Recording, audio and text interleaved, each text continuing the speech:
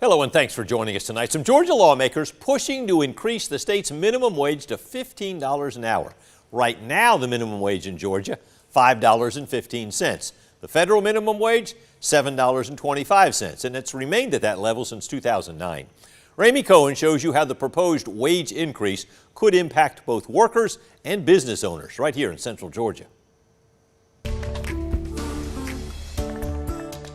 Carl Fambro is the owner of Frank Carr's Buffalo Wings.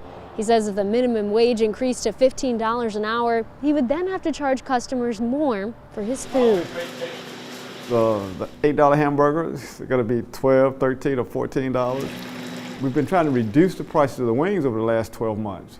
And we've done it to some extent, but that's going to stop and the wings are going to go back up again. Fambro says it's been a challenge adjusting to inflation lately. He says either the price of goods goes up or it's not available for a while. But the biggest issue his business faces is getting folks to work in the first place. Of course, $15 an hour is going to give people more pocket change. But for me, it's having somebody who's willing to work, who wants to work, and who will work. Right now, he pays his 2 full-time and 7 part-time employees $10 an hour. And this is essentially unskilled labor. You don't need a high school education. You just need to be able to read, write, and follow instructions. Fambro used to pay his employees $7.50 an hour. I kind of knew $10 was coming, something in that neighborhood. But I never thought 15 would come. Not here in Georgia. State Representative Dewey McClain filed House Bill 241 last week. He proposes the state raise its minimum wage by about $10. If we did this, half of the working Georgians can at least make $31,200 a year. Because, we've got 38% of the population of working Georgians that do not make that amount of money. In Georgia, some students, farmers, and certain small business employees not covered by the federal minimum wage may earn the state's minimum wage of $5.15 an hour.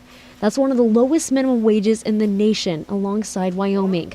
In Macon, Ramey Cohen, 13 WMAZ News. Now, this is the 6th time in his 10 years as state representative that Dewey McClain has tried to get a minimum wage increase. He says he'd like to see Georgians vote on it. Democratic State Representative Stacey Evans filed another bill to allow local governments to set their own minimum wage. Now, let's take a closer look at other states' minimum wages. 30 states plus Washington, D.C. have a minimum wage above the federal level. Florida, Arizona, Ohio, Virginia, and New York in that group. 23 of those states have raised their minimum wages even higher at the start of 2023. That includes Michigan up 23 cents and Nebraska up $1.50. The federal minimum wage is not expected to change.